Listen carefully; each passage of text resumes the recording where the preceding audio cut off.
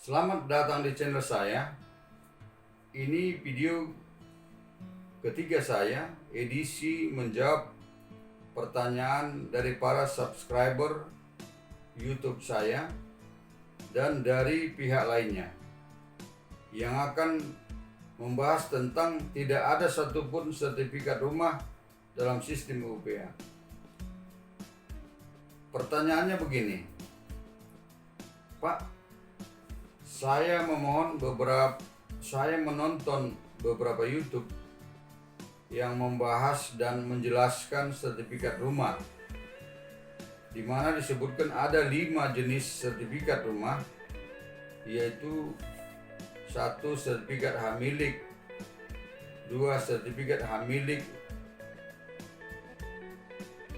atas satu nama susun, 3. Sertifikat hak guna bangunan,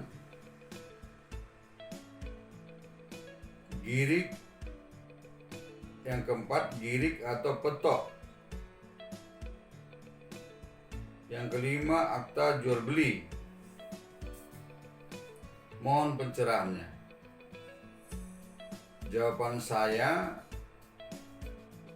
kepada penanya, mungkin YouTuber yang bersangkutan mengetahui yang sebenarnya. Hanya saja YouTuber sengaja membuat judul yang aneh-aneh atau dengan bahasa yang salah, atau mungkin juga YouTuber yang bersangkutan memang tidak paham yang sebenarnya, atau yang diketahui YouTuber tersebut bahwa sertifikat rumah bersinonim atau identik atau sama dengan sertifikat tanah. Yang pasti bahwa menurut saya, membuat konten video YouTube yang membahas materi tentang adanya 5 sertifikat rumah adalah tidak mendidik, terutama kepada orang-orang awam, bahkan bisa menyesatkan orang-orang awam. Baiklah, saya akan menjelaskan yang sebenarnya. 1. Sertifikat hak milik yang diatur dalam pasal 21 sampai dengan pasal 27 UUPA. Disebutkan bahwa hak milik adalah salah satu macam hak atas tanah yang merupakan hak turun-temurun, terkuat dan terpenuh yang dapat dipunyai orang atau badan hukum tertentu atas tanah. Turun-temurun artinya dapat diwariskan terus-menerus sesuai dengan sifat hak milik itu sendiri yang tidak mempunyai jangka waktu.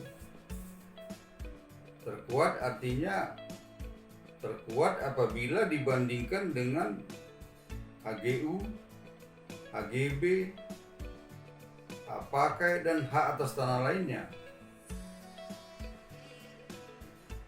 Terpenuh artinya penggunaan tanah hak milik tidak dibatasi untuk apa, atau hak milik dapat digunakan untuk usaha pertanian, perikanan dan peternakan, dapat dipakai untuk mendirikan dan mempunyai bangunan termasuk rumah, serta dapat digunakan untuk keperluan yang lain, dan atau memungut hasil dari tanah bahkan di atas tanah hak milik.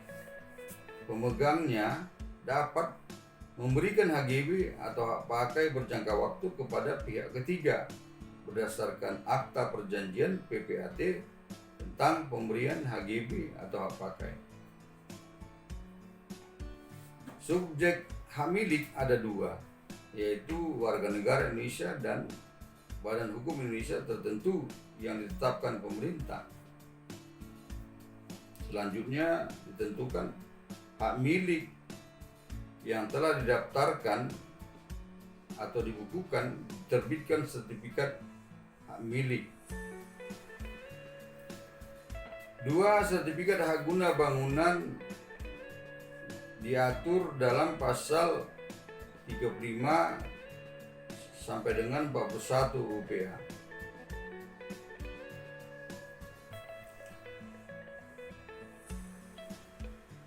Dan diatur pula di dalam PP nomor 40 tahun 1996 tentang hak guna usaha, HGB, dan hak pakai atas tanah.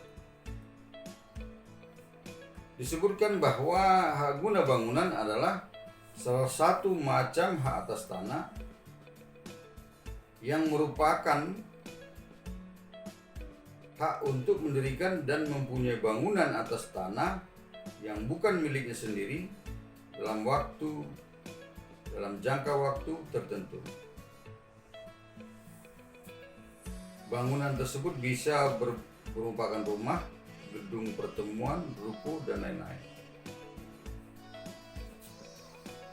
Hak guna bangunan dapat berada atau terdapat di atas 3 macam status tanah, yaitu di atas tanah yang dikuasai langsung oleh negara atau tanah negara, kemudian di atas tanah sertifikat hak pengelolaan, dan di atas tanah sertifikat hak milik. Subjek hak guna bangunan ada 2, warga negara Indonesia dan Badan Hukum Indonesia. Selanjutnya, jangka waktu hak guna bangunan yang berada di atas tanah negara dan di atas tanah hak pengelolaan. Untuk pemberian pertama kali jangka waktunya paling lama 30 tahun. Untuk perpanjangannya jangka waktunya paling lama 20 tahun. Untuk pembaruan, yaitu setelah jangka waktu perpanjangan berakhir, jangka waktunya paling lama 30 tahun. Yang berada di atas sertifikat hak milik untuk pemberian pertama kali saja dan tidak dapat diperpanjang dan diperbarui. Jangka waktunya paling lama 30 tahun dan dapat diberikan HGB atau hak pakai baru, maksud kami HGB baru, bukan pembaruan. Jangka waktunya juga paling lama 30 tahun.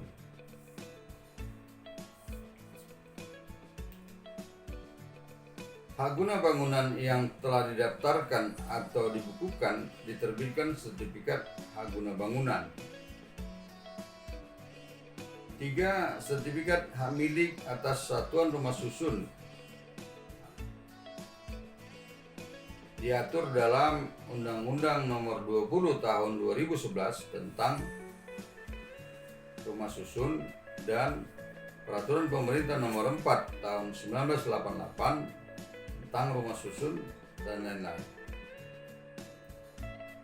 Disebutkan bahwa rumah susun adalah bangunan gedung bertingkat yang dibangun dalam suatu lingkungan yang terbagi dalam bagian-bagian yang distrukturkan secara fungsional baik dalam arah horizontal maupun vertikal, dan merupakan satuan-satuan yang masing-masing dapat dimiliki dan digunakan secara terpisah, terutama untuk tempat hunian yang dilengkapi dengan bagian bersama, benda bersama, dan tanah bersama. Jadi di dalam sertifikat hak milik satuan rumah susun memiliki hak atas tanah bersama dari para pemegang sertifikat hak milik satuan rumah susun. Artinya tidak dapat disebut sertifikat rumah dalam pengertian umum. Ditetapkan subjek hak milik satuan rumah susun yaitu setiap orang atau badan hukum yang memenuhi syarat subjek pemegang hak atas tanah tempat dibangunnya rumah susun. Jadi kalau rumah susun dibangun di atas HGB, syaratnya ya subjeknya itu syarat subjek HGB. Kalau dia dibangun di atas tanah hak pakai, subjeknya memenuhi syarat subjek hak pakai. 4. Girig atau petok. Girig atau petok di sini diasumsikan sebagai girig atau petok yang terbitnya sebelum berlakunya Peraturan Pemerintah Nomor 10 Tahun 1961 tanggal 23 Maret 1991, yaitu girig atau petok pajak bumi atau land rente adalah hak-hak lama atau hak atas tanah yang belum dibukukan atau didaftarkan, serta dapat didaftarkan atau dimohonkan konversi, penegasan dan pengakuan hak menjadi sertifikat hak milik.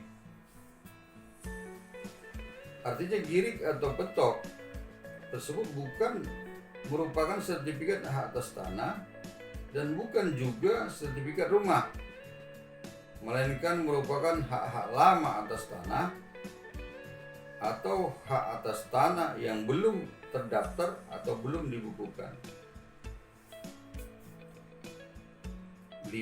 Akta jual beli. Akta jual beli adalah alas hak perolehan tanah. Dan di sini diasumsikan bahwa objek akta jual beli adalah tanah yang di atasnya berdiri bangunan rumah, di mana tanahnya berstatus tanah hak lama seperti girig atau petok dan lain-lain. Sebagian dari tanah sertifikat atas tanah tapi belum diproses pemecahan dan balik namanya ke kantor pertanahan setempat. Artinya tanah akta jual beli dimaksud bukan sertifikat hak atas tanah dan juga bukan sertifikat rumah. Untuk mendapat pemahaman yang lebih lengkap, silakan mengikuti channel saya Shotang Harlen Official dengan mengikuti video YouTube saya yang berjudul 4 macam hak atas tanah yang terdaftar di kantor pertanahan kabupaten kota, 4 macam hak lain non hak atas tanah yang terdaftar di kantor pertanahan kabupaten kota. Demikian dan semoga bermanfaat. Silakan menekan tombol like, subscribe dan lonceng, serta men-share video ini kepada orang lain.